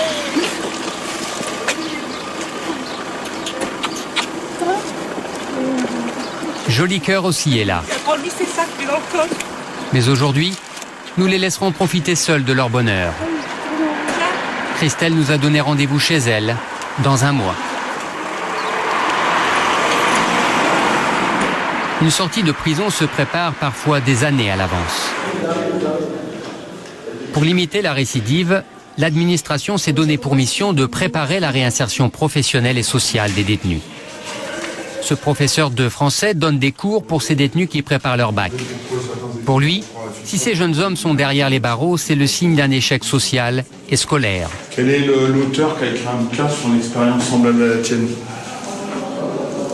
Semblable à celle-ci? Ouais, semblable à ce que tu vis en ce moment. Corbeau et le renard. Oh, je vois pas. Les derniers jours d'un condamné à mort de Victor Hugo. J'ai entendu parler, mais je l'ai pas lu. Bon, ben ça c'est pareil, si tu devrais le lire. Hein. Je ne vais pas vous faire le coup de Victor Hugo, ouvrez une école, vous fermez une prison, mais je veux dire, il n'y aura jamais rien de neuf. C'est forcément à l'école que tout se passe. Quand je dis école, c'est à l'école, au collège, etc. Et c'est forcément là qu'on apprend à vivre ensemble, mais qu'on apprend aussi à vivre avec soi-même. C'est-à-dire c'est là qu'on construit des rêves. Et c'est sûr que quand moi je leur ai fait au tableau, c'est simple. Comment ça marche finalement quand vous habitez Amiens? Amiens, c'est une ville ronde comme ça. Hein, donc ici, vous avez ce qu'on appelle les quartiers nord, le pigeonnier. Bon, la prison, elle est ici, et puis la fac, elle est là. Donc les mômes qui étaient là dans le quartier nord, eux, ils ont fait ça. Et puis moi, je suis là pour qu'ils aient envie de partir du quartier nord, de traverser Amiens, puis d'aller à la fac. Et ça, pour que ça fonctionne, il faut accepter des idées peut-être aussi saugrenues que, non, il ne faut pas mettre les collèges au bas des tours d'immeubles, il faut mettre les collèges ailleurs dans la ville. Puis il faut peut-être les mettre à la campagne avec un internat. Ces mômes-là, ils ont fait 282 mètres. Ils sont descendus de l'immeuble, ils sont venus ici, route d'Albert, à l'hôtel des 100 000 briques. Ah, c'est comme ça qu'on dit à Amiens, l'hôtel des 100 000 briques. Au sous-sol de l'hôtel des 100 000 briques, nous avons rencontré plusieurs habitants du quartier nord. En salle de musculation ce matin, une majorité de fils d'immigrés. C'est leur activité principale avec la promenade. L'un d'eux est considéré par les surveillants comme un caïd de la prison. Mais devant nos caméras, c'est la violence de l'établissement qu'ils incriminent. Ils se plaignent d'abord de ne pouvoir pratiquer leur religion, l'islam. On n'a pas le droit aux objets religieux. Ça veut dire tapis, tenue, prière. On n'a pas le droit à tout ça. Tout ça, c'est hors de... Le Coran, le livre saint, on ne l'a pas le droit de l'avoir en cellule. Même si on n'a pas le droit de l'avoir en cellule. Même si on l'a pas en cellule, au moins qu'ils mettent dans leur bibliothèque. Comme ils mettent leur Bible ou leur Torah, ou je sais pas moi. En fait, le Coran est disponible en français comme les autres livres saints. Mais à Amiens, pour l'instant, il n'y a pas d'aumônier musulman.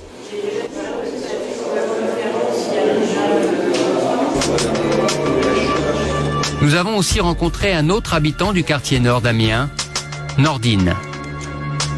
Pour préparer sa libération et mettre toutes les chances de son côté, tous les matins, il suit une formation en électricité, payée 136 € par mois.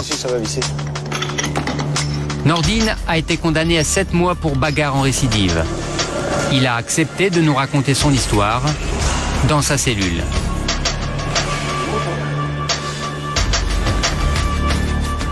Nordine vit avec Alain, condamné pour agression sexuelle. Pas grand-chose entre les deux hommes, à part la cigarette.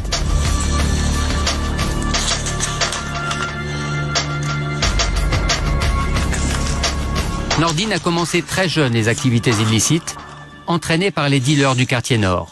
Je me dis comment que ça se fait que j'ai pas été plus tôt en prison. Parce que moi, depuis l'âge de 9 ans, j'avais 9 ans que je voyais les grands de mon quartier qui préparaient de la drogue. Donc je savais ce que c'était, à 9 ans, je savais ce que c'était du cannabis, de l'héroïne, de la cocaïne. À 9 ans, l'âge de 9 ans. Comme j'étais petit, ils me donnaient, moi, les produits à les déposer chez telle ou telle personne. Comme j'avais 9 ans, il n'y a personne qui... Il n'y a pas un policier qui va se dire, un enfant de 9 ans, il va avoir des produits sur lui, quoi. Nordine s'est promis de ne plus jamais monter en prison, comme il dit. Mais au fond, il ne comprend vraiment pas pourquoi son séjour derrière les barreaux lui permettrait de mieux s'en sortir dans la vie. Lui qui a tant perdu en arrivant ici. Ben, je sais pas où le fait d'enfermer, ça va réhabiliter une personne. Ça, je sais pas où. Je sais pas comment que c'est. Ils peuvent dire que le fait d'être enfermé, ça va empêcher la personne, quand elle sera dehors, de plus refaire des bêtises ou quoi. Je trouve que c'est bizarre, quoi. Vous pensez que l'enfermement n'est pas une bonne réponse? Voilà, c'est pas une solution à tout, quoi. À quelques jours de sa libération, Nordine est inquiet.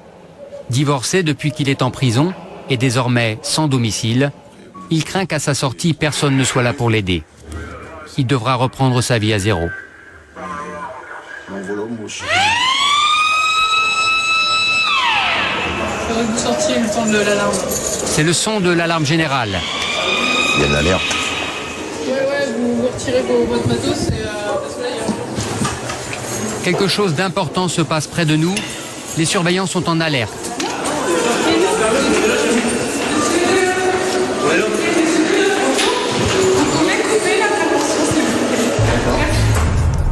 Mais nous n'avons pas le droit de filmer la suite.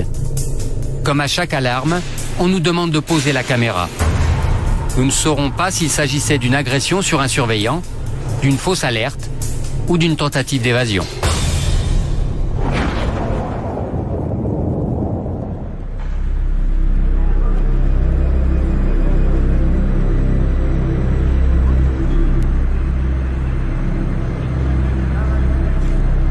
À quelques centaines de mètres de la maison d'arrêt, nous sommes allés au quartier nord. Après une petite enquête sur place, le professeur avait raison. Ici, on fréquente plus souvent la prison que la faculté. Ici, au quartier, la moitié des gens que vous trouvez ici ont goûté à la prison d'Amiens. Là, tout de suite, il y a combien de personnes qui sont allées en prison? Là, tout de suite. Il y en a au moins 6. Autour de vous, là. Ouais. Le chômage et la drogue sont les problèmes principaux de ce quartier. On y est quoi. Parculé. Pourquoi j'étais en maison d'arrêt? Bah, comme plein de personnes. Je voulais faire de l'argent. On m'a tapé pour stupéfiant. Donc voilà, après j'ai fait ma peine. Le trafic de stupéfiants se poursuit entre l'extérieur et l'intérieur de la prison. C'est ce qu'on appelle lancer des missiles. Lancer un missile, c'est interdit. Si on se fait attraper, on va en prison. On pourrait vous suivre ou pas? C'est à vos risques et périls. C'est à vos risques et périls. Si un chien qui vient croquer le cul, tu le bordes avant. C'est à vos risques et périls si vous faites attraper par la police. Vous allez dire quoi? L'un d'eux nous propose de nous montrer comment on jette un missile de drogue à un ami incarcéré. L'homme nous amène dans un endroit discret.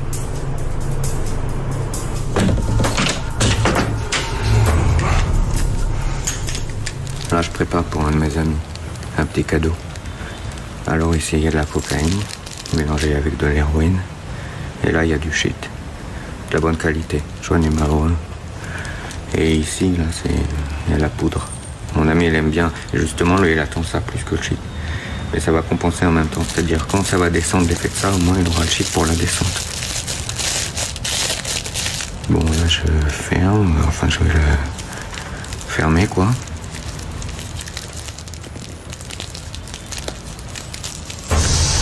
Pour ne pas laisser d'indices sur le papier, il enfile des gants.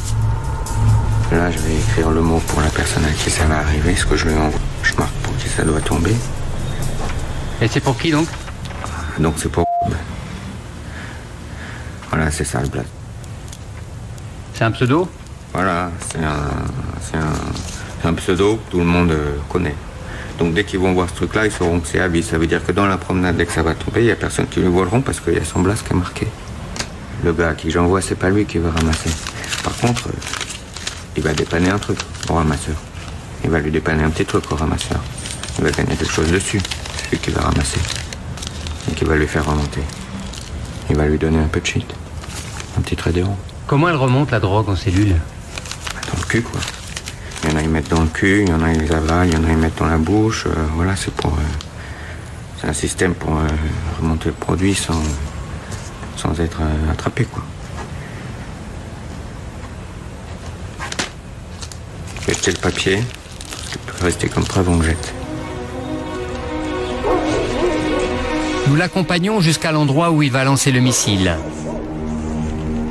Un endroit où la police attrape régulièrement des lanceurs de drogue. C'est juste ici, à droite là. Il y a un grillage. Je vais monter, je vais longer le chemin. 16h19, ouais c'est bon, je vais y aller. J'ai le produit, ça y est, je vais monter le grillage pour aller le jeter. Faut pas que les flics ils m'attrapent ici. Si les flics m'attrapent là, je me retrouve en garde à vue. Ah ouais. Cette fois encore, le lanceur de missiles échappera à la police.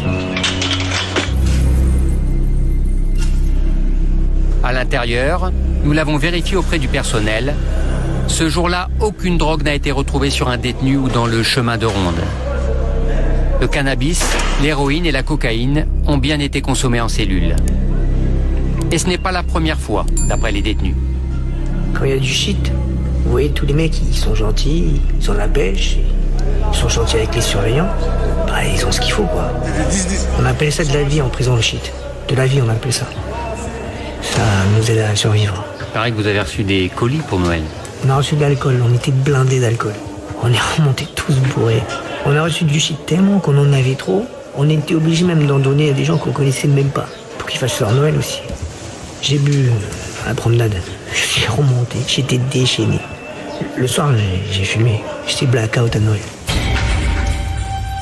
Certains missiles ne franchissent pas le double mur d'enceinte et sont retrouvés par les surveillants dans le chemin de ronde. Dans son coffre, Thierry Marière, le responsable adjoint à la sécurité, conserve les saisies des derniers mois. Téléphone portable, cocaïne, ecstasy ou barrette de cannabis. Donc il y a quand même des beaux petits morceaux quelquefois, enfin ça c'est pas les pires, hein, mais... Ça c'est un gros morceau, voilà, ça de celui-là est déjà pas mal, mais il y a eu largement pire que ça, hein, donc quasiment la moitié d'une motte de beurre, quoi, donc ça commence déjà à faire le gros pavé, donc après tout le monde en profite sur l'établissement, la distribution se fait radicalement dans la cour, donc voilà, c'est sur ça et qu'il faut se démener tous les jours. Je dois avoir un petit truc qui traîne, par exemple. Il y a des prises plus surprenantes encore lors de fouilles de cellules. Prenez par exemple ça. Ça, c'est une boîte de sucre. Donc, vous faites une fouille de cellule, vous ouvrez la boîte de sucre. En fait, tout est collé. Donc, tout le sucre est collé. Et à l'intérieur, ça sert à cacher un cutter, un téléphone portable, une batterie. Plus inattendu encore et plus dangereux, ce faux pistolet retrouvé dans le chemin de ronde aurait pu permettre une évasion par prise d'otage. Bon, dans la précipitation et puis dans une tentative de prise d'otage.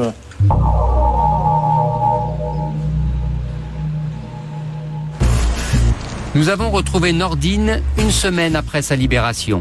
Rappelez-vous, c'est le garçon qui transportait de la drogue pour le compte de dealers dès l'âge de 9 ans. Nordine a retrouvé la liberté et son droit à l'image.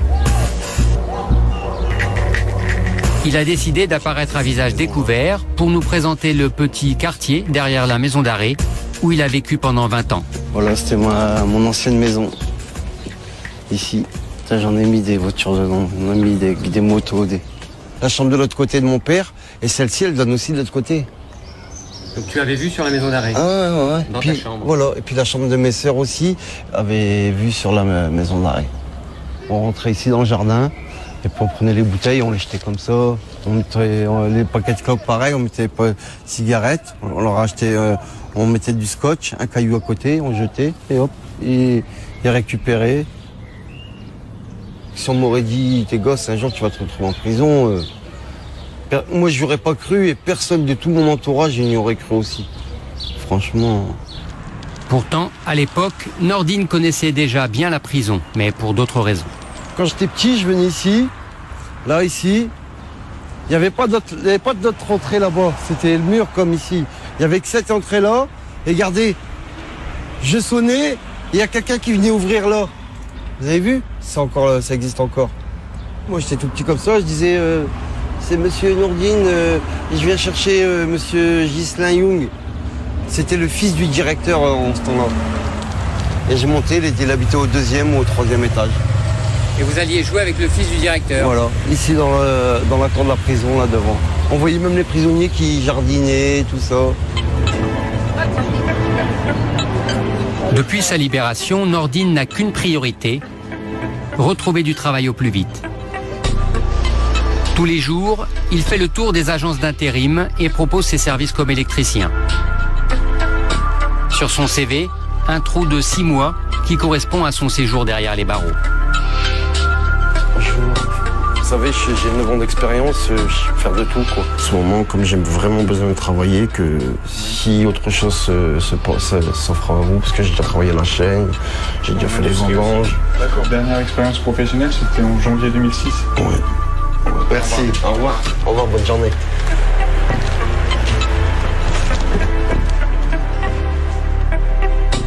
Dites jamais que vous avez fait même de la prison pour un défaut de permis ou pour n'importe quoi, hein, même pour un défaut d'assurance. Hein. Ça y est, vous n'avez plus de travail, hein, ils vous appelleront jamais. Je peux jamais dire à une agence intérimaire qu'il m'arrivait ça comme connerie. Même si j'étais innocent et que j'étais en prison, admettons, et qu'on m'a innocenté, on ne le dit pas. Parce que ça y est, on est sûr de jamais trouver du travail.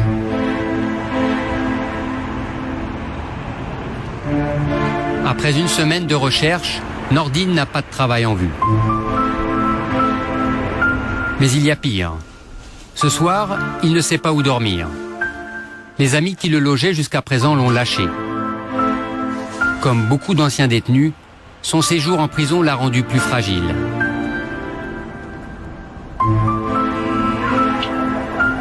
C'est autour de la gare qu'il cherche le réconfort.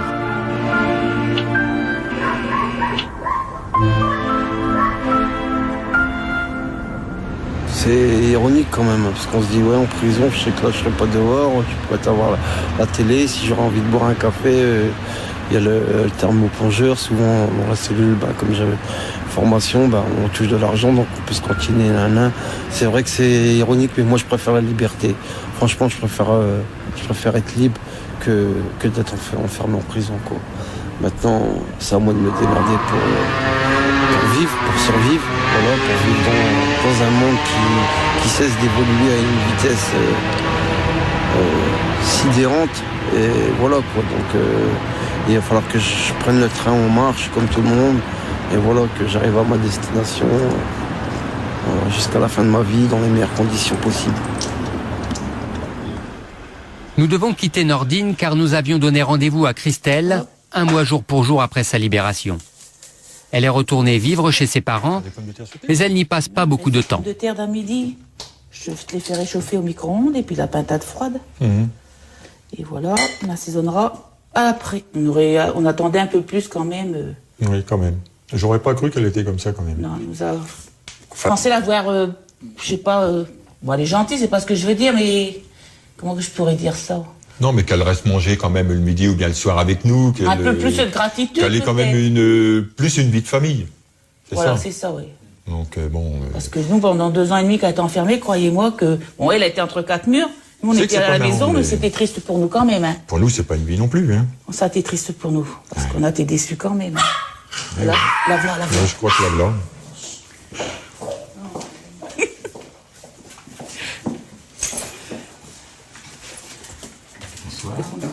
Bonsoir.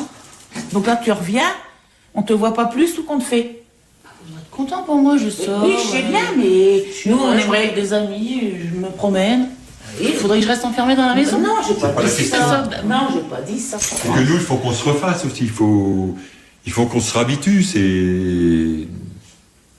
Faut comprendre, il faut qu'on se réhabitue. Ah, vous comprenez pas de mon sens à moi. Mais si on te comprend, mais j'arrive pas à comprendre notre truc à nous, puis parce que moi, c'est moi qui ai subi. Même oui, si bien, quelque part, vous avez... Ça nous a fait un rude coup, oui, je sais bien, mais crois-moi. Toi, c'est sûr, je te dis, t'étais enfermé, mais nous, on était dehors, mais on a souffert autant que toi, hein. Crois-moi, hein. Faut pas croire, hein.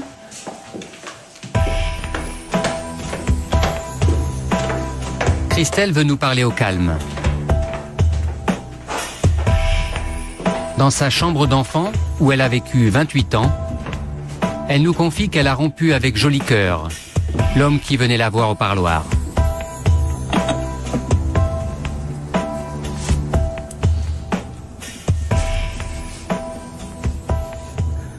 J'ai brisé le cœur. Je suis pas encore prête, faut que je me reconstruise moi d'abord. Parce que je me dis, j'ai 31 ans, 32 ans fin d'année, je suis vieille. J'ai hâte d'avoir ma vie de famille à moi, mais Après ce que je viens de vivre, je pense pas que c'est le moment idéal en fait. Pour Christelle, la liberté a un goût de déprime. Elle s'aperçoit qu'une partie d'elle est restée en prison.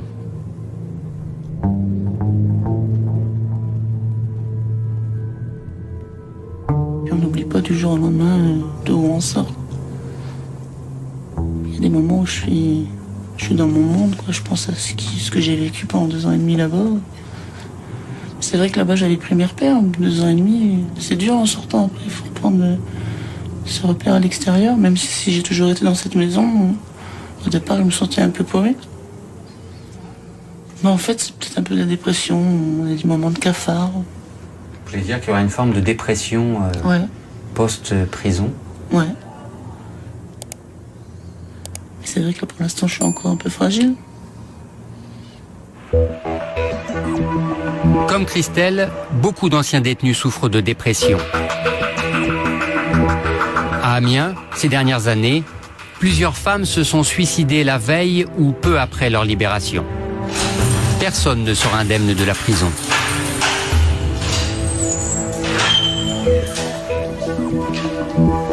Il est minuit. Nordine s'est résolu à passer la nuit discrètement dans une cave, sous l'appartement d'un parent dont il a conservé la clé. D'accord. Tranquille. Ici, dans la cave là, je fais un peu de place et c'est ici que je vais dormir. Vous pourriez dormir combien de temps dans cette cave? Bah, le temps qu'il faudra. Le temps qu'il faudra. Le temps qu'il faudra.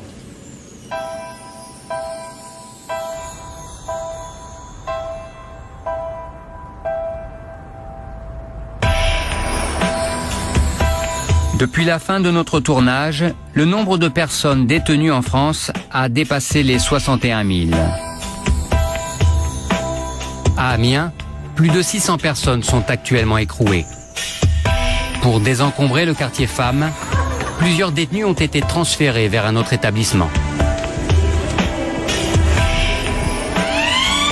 Quartier homme, un détenu a fait une tentative de suicide.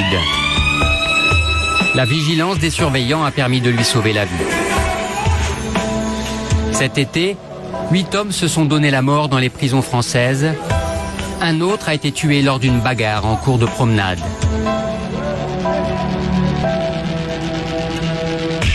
Isabelle Liban, la directrice de la maison d'arrêt d'Amiens, a été promue à la direction régionale pénitentiaire de Lille. Voilà, levez un peu. Voilà. Kevin, qui avait frappé sa compagne, a reçu d'elle plusieurs lettres d'amour. Elle lui pardonne de l'avoir battu et lui promet d'être là pour lui à sa sortie. Je t'aime mon bébé d'amour. Ouvre vite, je t'aime à mort. J'ai quand même passé une paire d'années derrière les barreaux. Combien? Oh, je suis bien 20 ans quand même. L'ancien a reçu une lettre d'une de ses filles qu'il avait quittée à l'âge de 2 ans. Aujourd'hui, elle en a 16 et voudrait voir son père. C'est ma fille. 4 mois après sa libération, Nordine court toujours les agences d'intérim. Il refuse de baisser les bras, il veut travailler et lance un appel aux employeurs. Je voudrais bien qu'on me donne une chance, oui, une chance de prouver ce que je vaux dans mon métier. C'est-à-dire en l'occurrence électricité, voilà, je voudrais qu'on me donne une chance, qu'on me prenne à l'essai pour voir vraiment ce que je vaux, quoi.